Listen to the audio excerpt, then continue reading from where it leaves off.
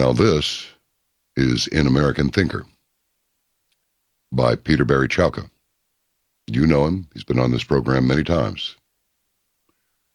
He writes, yesterday, Jeffrey Goldberg, the infamous editor of The Atlantic, a notorious hive of leftism and villainy, I added that for color, whose latest fake news article 1 week ago alleged that President Trump had cruelly disparaged members of the U.S. military, sent an email announcing the lineup of speakers for this year's annual Atlantic Festival of esteemed progressive thought leaders. The two top highlighted speakers at the event, which this year will be streamed virtually online and free to access, are Hillary Clinton and Dr. Anthony Fauci. Now, some of the others on the speaking bill are Nancy Pelosi, Stacey Abrams, Bill Gates, and the Marxist co-founder of Black Lives Matter, Alicia Garza. Another speaker is Chesa Boudin, or Boudin, B-O-U-D-I-N, first name C-H-E-S-A. You know who this is?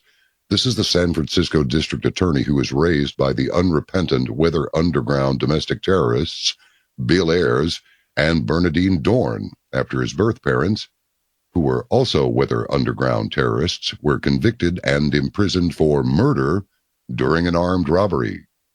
In addition to Fauci, all of the other 112 speakers at the 4-day-long event, September 21 through the 24th, are leftists, progressives, and social justice influencers of various stripes. The only Republican is the anti-Trump rhino Maryland Governor Larry Hogan.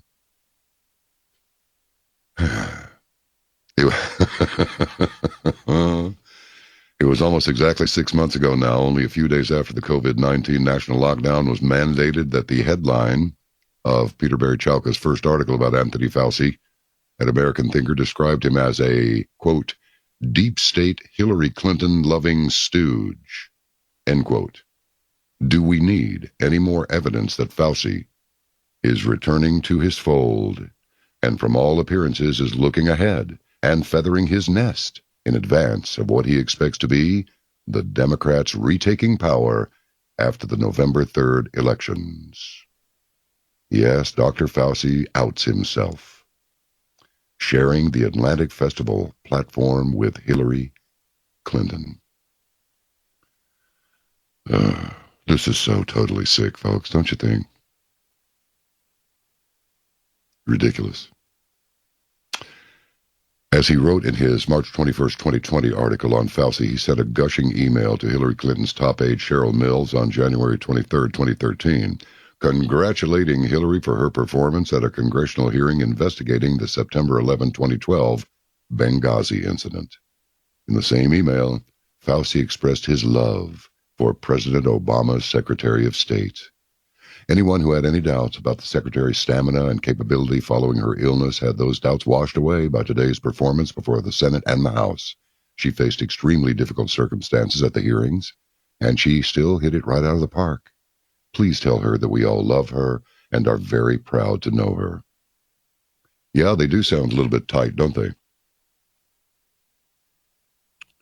During his 36 years as head of the NIH's National Institutes of Allergy and Infectious Diseases, Fauci, after almost 4 decades, is still the de facto czar in the government's ongoing war on AIDS. Since he began working at the National Institutes of Health in 1968, Fauci has shown himself to be a savvy, ultimate survivor of the highly politicized, deeply embedded administrative medical bureaucracy. With an expertise in work in the media, he tends to follow the way the political winds are blowing, expanding his power incrementally during the administrations of Presidents Reagan, Bush the elder, Clinton, Bush the younger, Obama, and now President Trump. Just a little bit more. Speaking of political savvy, earlier this week, in an extensive live interview on Fox News Channel, Fauci appeared to come to President Trump's aid, in effect throwing the president a much-needed lifeline regarding the controversies arising from some troubling quotes attributed to the president in Bob Woodward's new anti-Trump book, Rage. These people have all got to go, folks. They really do.